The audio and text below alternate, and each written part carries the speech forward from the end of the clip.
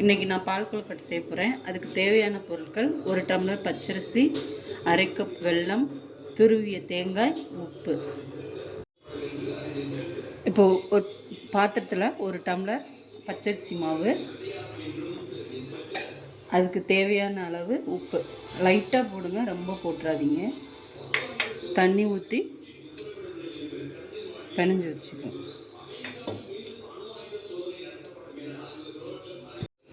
இந்த மாதிரி மாவை பிணைஞ்சிக்கோங்க. பிணைஞ்சிக்கிட்டு அடுத்து இது சின்ன சின்ன பால்ஸாக உருட்டி போட்டுக்கணும். இந்த மாதிரி ரவுண்ட் ஷேப்பு, உங்களுக்கு பிடிச்ச ஷேப்பில் சின்னதாக உருட்டி போட்டுக்கலாம். ரவுண்ட் ஷேப்பு, அப்புறம் இந்த மாதிரி ஷேப்பு, கொஞ்சம் இதுலேயே பெருசு சின்னது, அந்த மாதிரி. கொழுக்கட்டை மாவு உருட்டியாச்சு.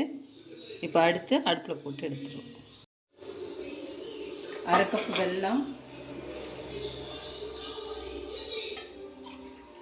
அதே கப்பில் அரை கப்பு தண்ணி,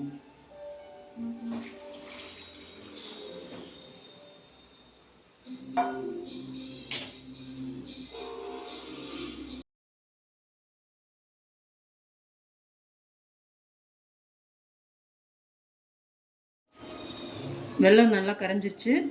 இப்போ ஆஃப் பண்ணிவிட்டு வடிகட்டிக்கலாம்.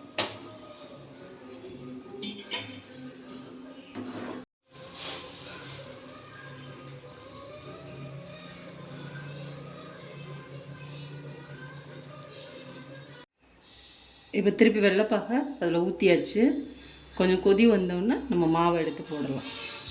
ஒரு சிட்டிகை உப்பு போட்டுக்கலாம், டேஸ்ட் எடுத்து கொடுக்குறதுக்கு தான். வெள்ளத்துலேயும் உப்பு இருக்கும். கொழுக்கட்டை 1-2 போட்டுக்கணும், இனி ஒட்டாது. எல்லாத்தையும் போட்டாச்சு. நல்லா கொதிக்க விட்டு சீக்கிரில் வெந்துடும். அப்புறம் நம்ம ஆஃப் பண்ணிக்கலாம்.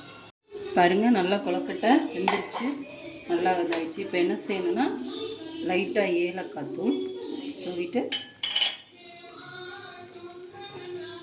தேங்காய் தூள் போட்டு அடுப்பு ஆஃப் பண்ணி ஒரு கிளறிடும். இப்போ பால் கொழுக்கட்டை ரெடி. ஆஃப் பண்ணிடுறேன். பால் கொழுக்கட்டை ரெடி ஆயிடுச்சு. லைக் பண்ணுங்கள், ஷேர் பண்ணுங்கள்.